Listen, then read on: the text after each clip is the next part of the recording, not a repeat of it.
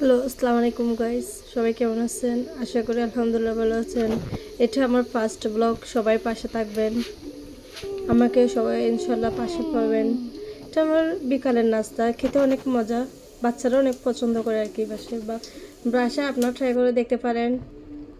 এটা এটা বানানো হয়েছে বাঁধাকপি কুচি, তারপর পেঁয়াজ কুচি, কাঁচামরিচ কুচি, ধনে পাতা দিতে পারেন, আপনারা চাইলে দিতে পারেন, না চাইলে স্কিপ করতে পারেন।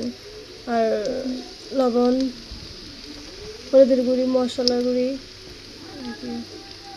আর বাঁধাকপি, ময়দা দিয়ে সব দিয়ে নাকি। তারপর আপনারা বুঝতে পারছেন আমার কথা।